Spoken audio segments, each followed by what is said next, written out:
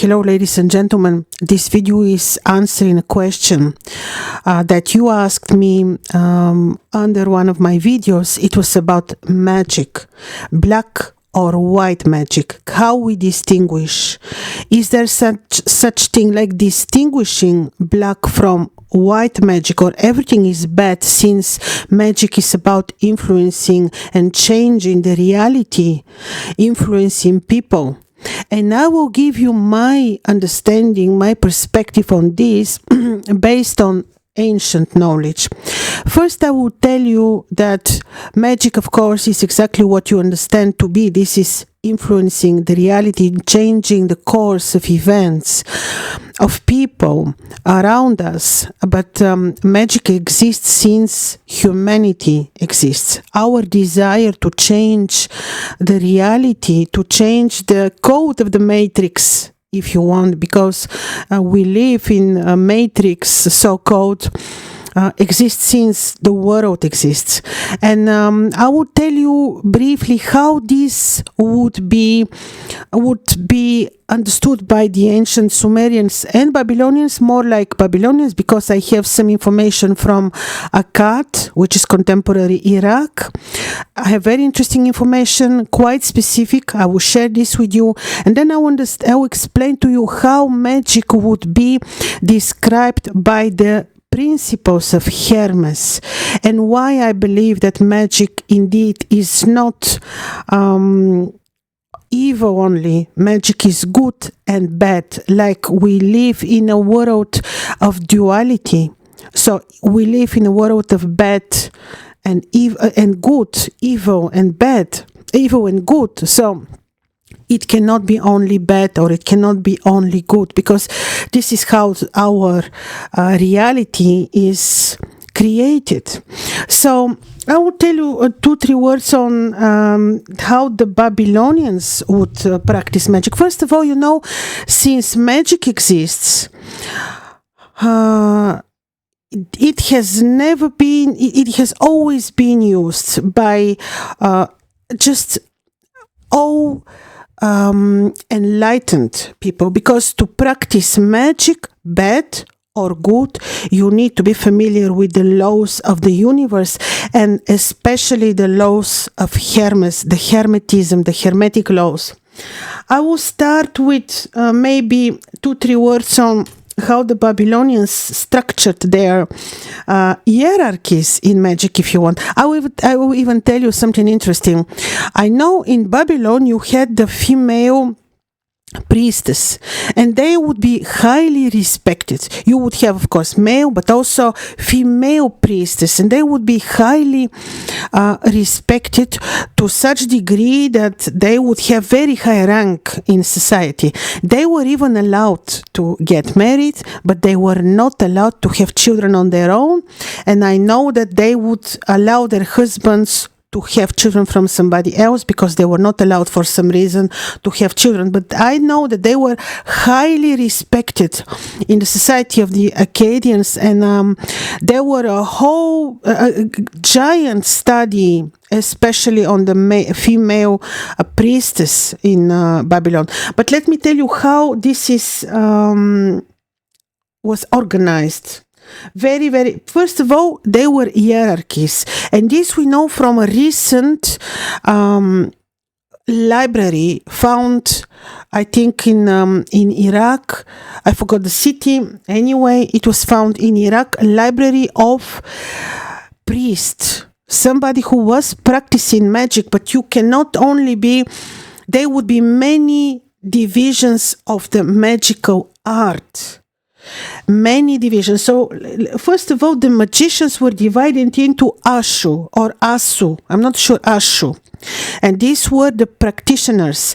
These people would simply practice magic for many purposes: for healing, for changing the reality to desired direction. So, and then you would have a school for them, and you had Ashipu and Mashmashu, which were actually priests, but also exorcists, which will help you to get rid of attacks of or possessions of bad spirits, like we have the contemporary exorcists. So you would have exorcists, wizards, which would be Ashipu and Mashmashu, and one of them would be even master, and this was all education that they would receive in special schools. And I know this from translated cuneiform tablets found in the library of one very famous Ashipu, actually, in Babylon. So you would have the Umanu, which was the master. Then you would have the so-called they were in training. They would have 2 degrees in training. In the first degree, they would be learning how to heal animals with herbs also, because the priests would be performing magic, but they would be also very familiar with herbalism, and they would heal with herbs, essentials, and gemstones. One very well-known way of healing with stones was just to grind the gemstone and to drink it with water, because the gemstones would carry certain planetary energy and information, and they certainly, as we know, have healing powers. We now wear them as simply as gemstones, also as talismans, but they would also take them as for medical purposes, grinding and taking them in. So you would have, Shamalu Sehru, it is like Sahir, like this was taken, the Sahir in Arabic taken from the Babylonian Sehru, which means the small practitioner, somebody who is still in learning and who was allowed mainly to treat animals. And then 2 years later, approximately, if I understood well, something like that, there was also Shamalu Mashmashu Sehru. He was also learning to become exorcist. But these are still people in learning. They were not masters. They are not Umanu yet. So you see, magic was part of their routine. People would address the astrologer, the priest, the exorcist, like the way we now go to the dentist, to lawyer. This was really part of their reality. Then you would have Tupsharu, Ashipu. This was the astrologer. This is the moment when they involve astrology, and this is benevolent act. What I'm describing to you was white magic, meaning help in what? Help in healing, help in cleaning yourself, your body, your from dark obsessions, from dark magic, dark spirits. You would have also Kalu, which was lamentation priest, and you would have Baru. These are diviners, different levels, different priests, different hierarchies, and you have the chanters, which were called Zamaru. And this is versus the black art, the black magic, which is when you are causing somebody's cattle to die. They would do this a lot. When you would cause somebody to lose his or her property and to become poor, this they would do. Humanity didn't change so much. This is what people are doing now, unfortunately. And so the warlock or the witch, the dark art, these people were called Kashapu and Kashaptu. These were the dark magicians. And the society, indeed, like now, officially not like now, this remains behind the scenes, but back then the society would be performing the art of defeating yourself, healing yourself with magic, with astrology, with priesthood, with understanding the universal energy officially, publicly. Of course, the dark art was, and I will read to you something very interesting. The Hammurabi laws, of King of Hammurabi, the Hammurabi code, These were different laws who actually were written on cuneiform tablets, and they would be placed in the center of the city, like it was really like a monument. People would read them. So, I know that they did not actually become official like constitution or law. They were not really official, but still this shows how the society back then operated. And here is one of the second law of the Hammurabi code. I remember when I was studying Akkadian, we would translate this the Hammurabi codes, and they are so interesting. So it is against dangerous art, against black magic. So if you are Kashapu or Kashaptu, meaning you are a witch or a warlock, you would be really charged for that according to the King Hammurabi codes, King Hammurabi law. So he is saying the following: if a man has charged a man with sorcery, Kashaptu and Kashapu, and has not justified himself, he who is charged with sorcery shall go to the river. This is a little bit interesting. He shall plunge into the river, and if the river overcome him, he who accused him shall take to himself his house. If the river makes that man to be innocent, and he be saved, he who accused him shall be put to death. He who plunged into the river shall take to himself the house of him who accused him. So this is one of the Hammurabi codes. Also, there were rituals which have names very known. There is also a whole how to explain to you.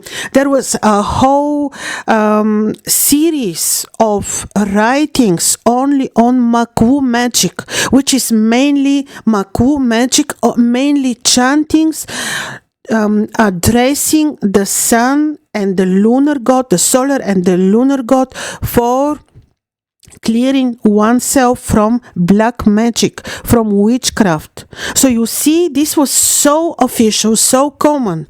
The Maku magic is amazing, and truly the chantings are very much according to the Hermetic principles, which I will tell you about very briefly, which really show how the art of magic works. So you have the Maku, you have different ways, different rituals. You have the petition, Surpu, which is consuming, you have Maku, which is burning, and of course it is about chanting. Ritual who intended to provide patient with a substitute to the goddess Ereshkigal. Ereshkigal is the goddess of death. This is Venus when she becomes invisible. She is the goddess of the netherworld, and instead of taking somebody who people do not want to lose, they would give substitute, which could be animal, which could be many things. Such rituals are performing until nowadays. And I will tell you about the amazing work of Fraser. This was anthropologist. I think he wrote back in 1912, I think. I have his amazing series, something really beautiful. What is so interesting in his writings of Fraser is that he visited many cultures on earth. He visited the Dogons in Africa. He visited the Indians. He visited just name it, every part of the world he visited, and he described their magical rituals. And you will see so much in common that from comparing the rituals, you will see how for each one of them the principles of the Hermetism apply. So nothing new under the sun, ladies and gentlemen. Magic is good because the principle of duality exists or bad, because our reality is built on the Hermetic principles, and one of them is the principle of duality. Of course, you can perform good and bad, and you are bearing your own responsibility, because there is also this law which says that you're responsible for your actions. And when you perform evil, black magic, and you are destroying somebody's life, you are certainly paying the price for that. This is without any doubt. Therefore, people would make the maku magic, which is basically cleaning. They would do the exorcism, like I told you, many rituals which which are all about connection with nature. Magic can be astrological or not. Astrological would say that you will perform your magical act, the art of magic, you will perform on strictly chosen astrological timing for that. For example, you would be, let's say, doing a ritual maku for cleaning somebody from dark possessions, and you have to find specific placement of the moon. Certainly the moon should be waning. There would be very specific placement for appropriate for performing of the magical ritual, so that you have successful result. Yes, you ask, can you perform ritual without astrological timing? Of course you can, but it will not have the same power. It will not have the same power, because I speak about this, but I want to tell you about the Hermetic principles quickly. It is about the principle of the mentality. The universe is created with thought, and with our thought we create, with speech and thought. And this is what also why we have magical powers, because with our thoughts, with our words, we create reality. This is related to how we create the world around us, our own reality, and this is also how we can create magic, white or black. The principle of correspondence, what above, so below. This is about the connection. It is between the planetary, the stellar configurations, what occurs first on the spiritual level, on the stellar reality, automatically would manifest on our personal material reality. What above, so below. So when people perform magical art, they connect with the stars, they connect with the sky, and later on this will have impact automatically on our material reality. Then you have the principle of vibration. Of course, everything is vibrating. You know, when they asked Tesla to explain how the world operates, he said just think in energy, frequencies, and vibration. Everything is vibration. Understanding this principle, understanding the connection between the elements, you can certainly be a very powerful magician. Then you have the principle of the oppositions, bad versus evil. This is dual reality. You cannot have magic which is neither bad, neither good, or only bad. This is why when people say, oh, no, influencing is always bad, it is not true, because you can heal somebody with magic. You can create talisman which will give him joy, which will make somebody feel beautiful, joyful, successful, and this will automatically manifest in his or her reality, in this person, only by experiencing this mentally, because universe is mental, and only by perceiving this mentally will create better reality. So this is good magic, the magic of talismans, which are created on a very auspicious astronomical timing, applying also what the stars and the and the planets are ruling, and they rule certain herbs, they rule a specific gemstone or oil or everything. This is also about the principle of correspondence, because the certain planet, let's take Venus. Venus is ruling certain gemstone, which will be rose quartz. Then Venus is ruling the roses. Then Venus will be ruling the sugar or the honey. Or Venus will be ruling having impact on copper, also silver. And Venus automatically will have impact on love, will have impact on money. That's why magic involving benevolent planet, involving the attributes of this planet, is white, good magic. Yes, there are some ethic codes. Are you allowed to do good if you didn't to somebody if you didn't ask him or her? This is a good ethical question. Are you allowed to help if the person doesn't want? Maybe not. Maybe not. This is a question to think about indeed. So then you have the principle of the rhythm. It is again about duality, because it is about the tidal waves. It is about the rhythm, showing that it is like the mechanical principle, showing that every action has opposite contra action. This is the principle of the rhythm. It is again about duality. It is also about the sixth principle, about the cause and effect, which is about our own responsibility. We perform a good act, helping, healing, then we will have obviously good karma. If you do harmful act, you and your children will bear the fruits of this dreadful bad act. And the principle, and the seventh principle is of course the principle of the gender, they call it.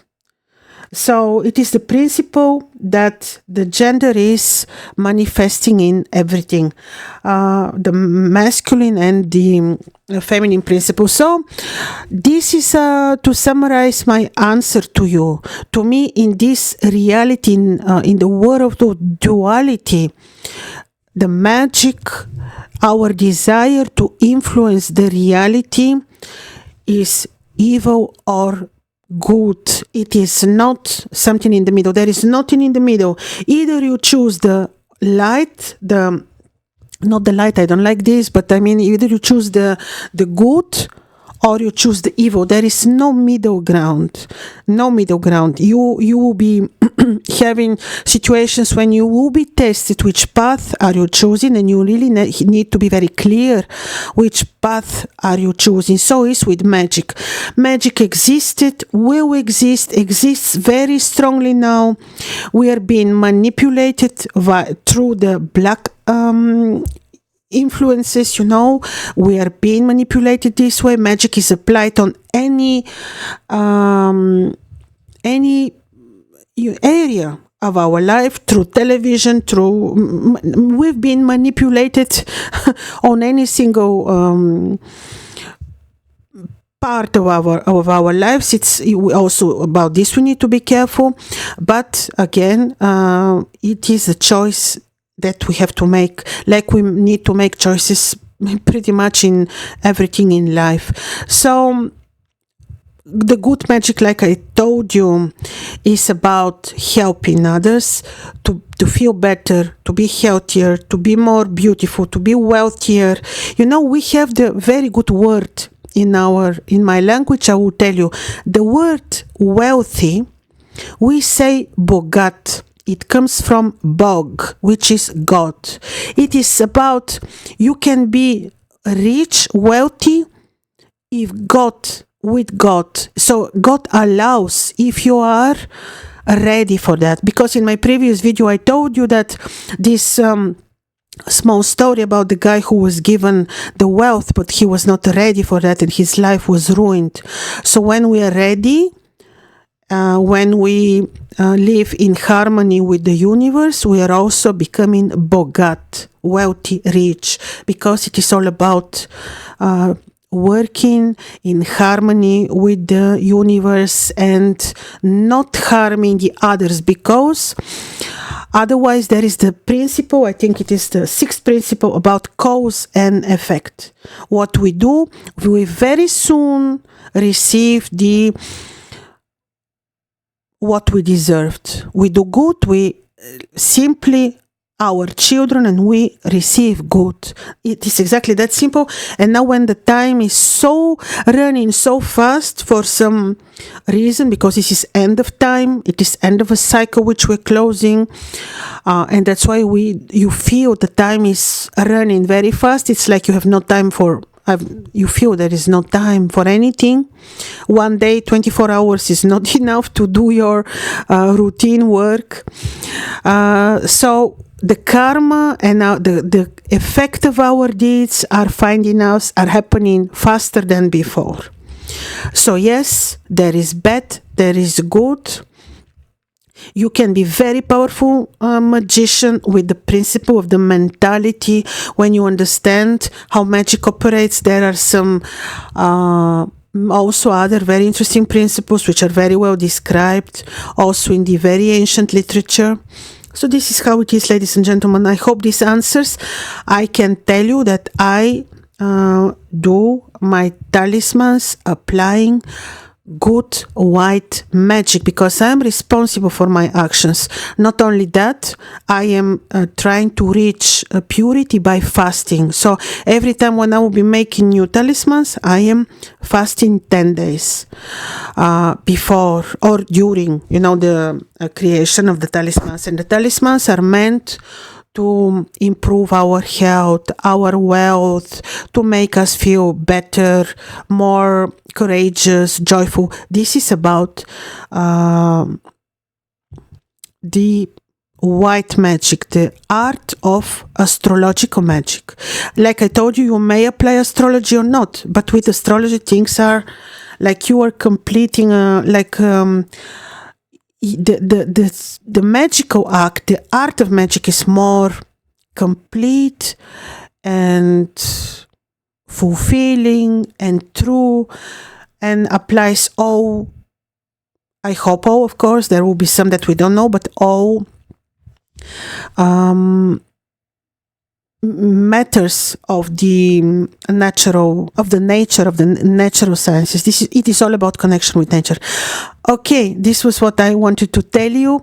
Answering your question, thank you for your questions. Always, if you have in mind some interesting topics, let me know. All the best. Bye bye.